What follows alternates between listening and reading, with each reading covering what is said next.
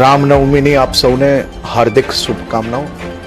આજે રાજ્યભરમાં ચારેય દિશાએ મહાનગરોથી લઈને નાના નાના ગામડાઓ સુધી ખૂબ મોટી સંખ્યાઓમાં રથયાત્રાઓ નીકળી રહી છે।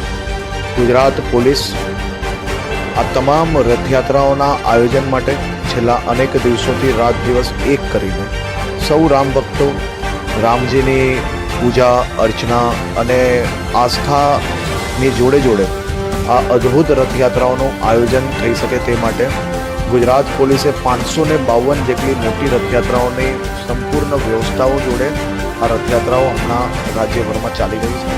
આજે ગુજરાત પોલીસ ભવન ખાતે ખાસ ડીજીપી અને બીજા સિનિયર અધિકારીઓ સાથે આ યાત્રાઓના નિરીક્ષણ માટે છેલ્લા અનેક કલાકોથી સૌ અધિકારીઓ અહીંયા છે।